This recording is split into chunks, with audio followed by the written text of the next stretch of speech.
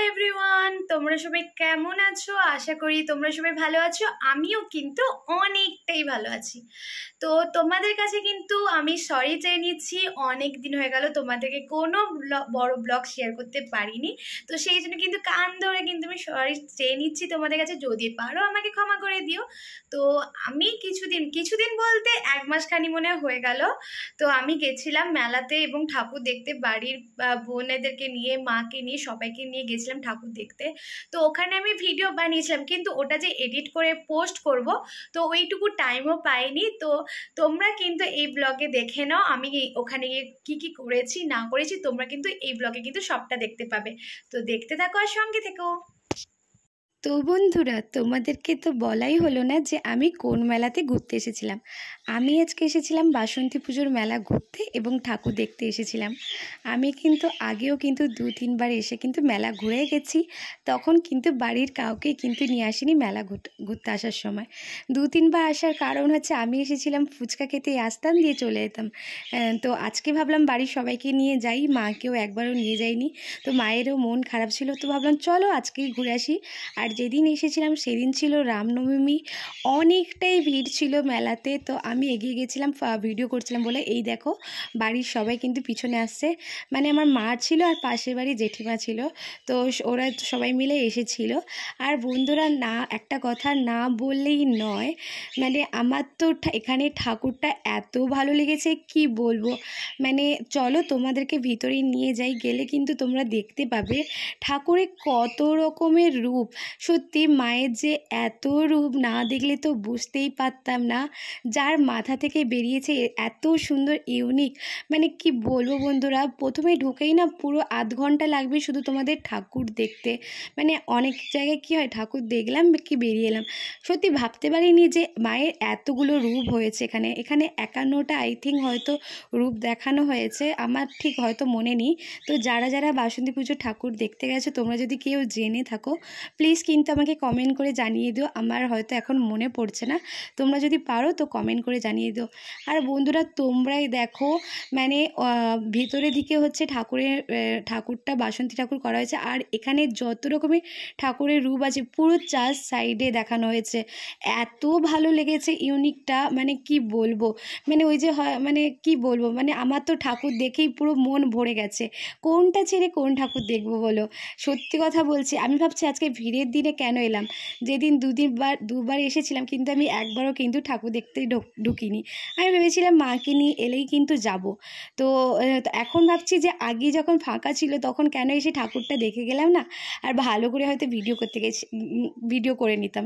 তো আজকে কিন্তু অনেকটাই ভিড় ছিল, সেই জন্য যেইটুকু পেরেছি তোমাদেরকে দেখানোর চেষ্টা করেছি। তোমরাও বলো কেমন লাগছে। আর আমি তো আজকে ফ্যামিলি, মানে আমার মাকে নিয়ে গেলে আমি অনেকটাই খুশি হই, তোমাদেরকে এটা সবসময় বলি। যা বলো বন্ধুরা, একা গেলে যেই মজাটা থাকে, অনেকে ভাবে একা গেলে হয়তো ওই মজাটা থাকে, কিন্তু বিশ্বাস করো একবার বাড়ি ফ্যামিলির সাথে তোমরা যাও, দিলে দেখবে অনেকটাই না মন ভালো হয়ে যাবে। তোমাদের যদি মন খারাপ থাকে, মন ভালো হয়ে যায়। দেখো এই যে ঠাকুরের মায়ের, আমি কি বলবো, তোমাদের সাথে হয়তো কথা বলে যাচ্ছি এখন, মানে ভিডিও দেখেও ভাবছি যে সত্যি কথা কত সুন্দর না করেছিল। আমি তো তাও তো কম ভিডিও করেছি, আরও ওইদিকে আরও ঠাকুরের রূপ ছিল, সেগুলো তো তোমাদেরকে দেখাতেও পারিনি। দেখো কালী মায়ের এই মুখটা কি সুন্দর, আর সব কটা ঠাকুরের মুখগুলো না এত মিষ্টি বন্ধুরা, কি বলবো তোমাদেরকে, অনেকটাই কিন্তু ভালো লেগেছে। তারপরে ভেতরে গেছিলাম, তারপরে আমরা ঠাকুর দেখলাম। তোমরাও কিন্তু আমাদের সাথে ঠাকুর দেখে নিও, যারা যারা যাওনি বাসন্তী পুজোর ঠাকুর দেখতে, এবং যারা গেছো তো তাদেরকেও দেখিয়ে দিলাম। তো আমার তো অনেকটা ভালো লেগেছে। তারপরে আমরা বেরিয়ে পড়েছিলাম, আমরা গেছিলাম আই থিঙ্ক 8টা 8:30, মানে আমি কাজ থেকে ফেরার পরই কিন্তু গেছিলাম। দেখো 4 সাইডে শুধু ঠাকুরের মূর্তি করেছে, তোমাদেরকেও দেখিয়ে দিলাম। তারপরে আমরা ঠাকুর দেখার পর কিন্তু আমরা বেরিয়ে পড়েছিলাম আমার ফেভারিট স্ট্রিট ফুচকা দোকানে। হ্যাঁ, আমি যে বলতাম না আমি ফুচকা খেতে আসতাম, এই দোকানটা এত সুন্দর গন্ধরাজ লেবু দিয়ে আর পুদিনা পাতা দিয়ে ফুচকাটা বানায় না বন্ধুরা, কি বলবো, পুরো টেস্টি টেস্টি লাগে। তো সেই জন্য কিন্তু আমি মাকে আগে থেকেই বলে দিয়েছিলাম কিছু করো না করো, আগে কিন্তু ফুচকা খাবো। আমার মা তো ফুচকা খেতে এমনিতে ভালোবাসে, তো দুজনা মিলে ফুচকা খেলাম। তারপরে মেলাতে গেলে জিলিপি বড়া না নিলে কি আর মেলা ঘোরা হয়, তো ওখান থেকে একটুখানি জিলিপি আর বড়া নিয়ে নিয়েছিলাম। তারপরে ভাবলাম চলো এবারে গিয়ে একটু লস্যি খাওয়া যাক। তারপরে আমরা সবাই মিলে এসেছিলাম লস্যি খেতে দোকানে। এখান থেকে আমরা নিয়ে নিয়েছিলাম লস্যি। তো আমি দোকানদারকে জিজ্ঞেস করছি, আচ্ছা তোমরা কি কলা দিয়ে কি লস্যিটা বানাও না দই দিয়ে বানাও? কলা দিয়ে যদি কেউ লস্যি বানায় আমার খেতে একটু ভালো লাগে না, কেননা অ্যাসিড হয়ে যায়, সেই জন্য কিন্তু আমি কলা দিয়ে লস্যি খাই না। তো মাকে প্রথম ঘুগনি কিনে দিয়েছিলাম, মা তো লস্যি খাবে না, মার এমনিতে উল্টোপাল্টা খাওয়ার জিনিস বারণ। তো মা বলছে তুই খা, তুই তো কিছুই খাচ্ছিস না, তুই খা। তো আমি ফুচকা খেয়েছিলাম আর লস্যি খেয়েছিলাম। তো সব জেঠিমাদের জন্য লস্যি এনে দিলাম। তো লস্যিটা কিন্তু অনেকটাই ভালো টেস্টি ছিল, কিন্তু কলা দিয়ে বানায়নি, বলেছিল যে হ্যাঁ দই দিয়ে বানিয়ে দেব। তো দই দিয়ে বানিয়ে দিয়েছে, অনেকটাই টেস্ট হয়েছে, সেই জন্য কিন্তু আমার অনেকটাই ভালো লেগেছে। আর সত্যি কথা বলছি, মানে মেলা ঘোরা সার্থক হয়েছে আজকে আমার, কেননা মানে মার যদি ইচ্ছা যদি সব কিছু পূরণ করতে পারি না, আমার সব কিছু যেন সার্থক মনে হয়। তো মায়ের যে ইচ্ছাটা পূরণ করেছি, মাকে নিয়ে গেছিলাম মেলা ঘুরতে, মা যেটা ইচ্ছা দরকার ওইগুলো এনে দিয়েছিলাম। সত্যি কথা বলছি আমার তো মেলা ঘোরা সার্থক হয়েছে। আমি ওই নবমীর দিনই মাদেরকে নিয়ে গেছিলাম, তারপর আর যাইনি। রোজই কিন্তু আসতাম, কাজ দিয়ে আসার পথে কিন্তু ভেবেছিলাম যে না দাঁড়িয়ে যাব, কিন্তু আর যাইনি, একদিনই গেছিলাম। মানে আমি কিন্তু ষষ্ঠী সপ্তমী গেছিলাম আর মাকে নিয়ে কিন্তু নবমী দিনই গেছিলাম।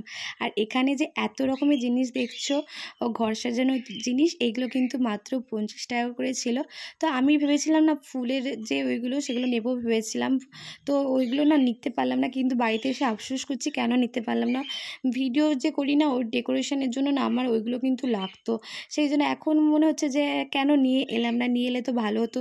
আমি এরকমই করি জানো বন্ধুরা, মা দোকানে যায়, মা বলে এটা নে এটা লাগবে, কিন্তু আমি বলি না না এটা কেন, বাজে খরচা কেন করব, আমার লাগবে না জিনিসটা, কেন আমি কিনতে যাব। তো আমি না মেলাতে গেলেই আমার এরকম কেন হয় আমি বুঝতে পারি না।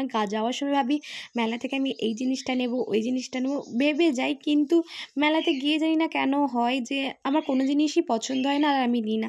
আচ্ছা আমার মতন কি তোমাদেরও কি একই মত, একই রকম অবস্থা হয়?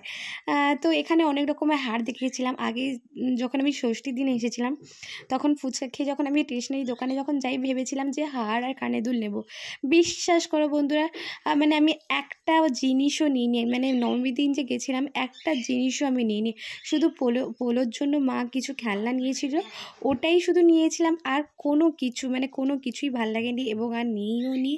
তারপরে তো কিন্তু সব দোকান ঘুরে ঘুরে আমি দেখে নিয়েছি, এটা ওটা টেনে টেনে দেখে নিয়েছি, কিন্তু লিপস্টিক নেব না, কিন্তু লিপস্টিক খুলে দেখে নিচ্ছি, যেমন পেরেছি যা পেরেছি করেছি।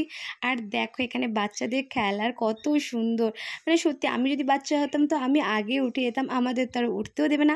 সত্যি পুরোনো কথা না মনে পড়ে যায়। এখন তো এখন তো এই বয়সে আর এগুলো করতেও পারবো না। যাই হোক, তোমাদের মেলার ভিডিও কেমন লাগলো কিন্তু অবশ্যই জানাও। তারপরে আমি বাড়ি চলে এসেছিলাম, বাড়িতে এসে পাশের বাড়িতে পুজো হয়েছিল, বাসন্তী পুজো, তো ওখান থেকে আমাদের প্রসাদ দিয়েছিল, খেয়েছিলাম। লুচি ছিল, আর আমার লুচি থাকলে তো আমার আর কিছুই লাগে না, আমি তো পুরো থালা নিয়ে বসে গিয়েছিলাম যে আমি পুরোটা খাবো বলে। আর বন্ধুরা তোমাদের আজকে ভিডিওটা কেমন লাগলো অবশ্যই কিন্তু কমেন্ট করে জানাবে। যদি ভিডিওটা ভালো লাগে লাইক কমেন্ট শেয়ার সাবস্ক্রাইব করতে ভুলো না। আর এবার থেকে কিন্তু আমি কন্টিনিউ তোমাদেরকে ভিডিও দেবো, কথা দিচ্ছি আমি কোনো মিস করব না। এবার থেকে রোজ কিন্তু তোমরা আমার ভিডিও দেখতে পাবে। যাই হোক, যদি ভিডিওটা ভালো লাগে সাবস্ক্রাইব করে দিও। Tata, by.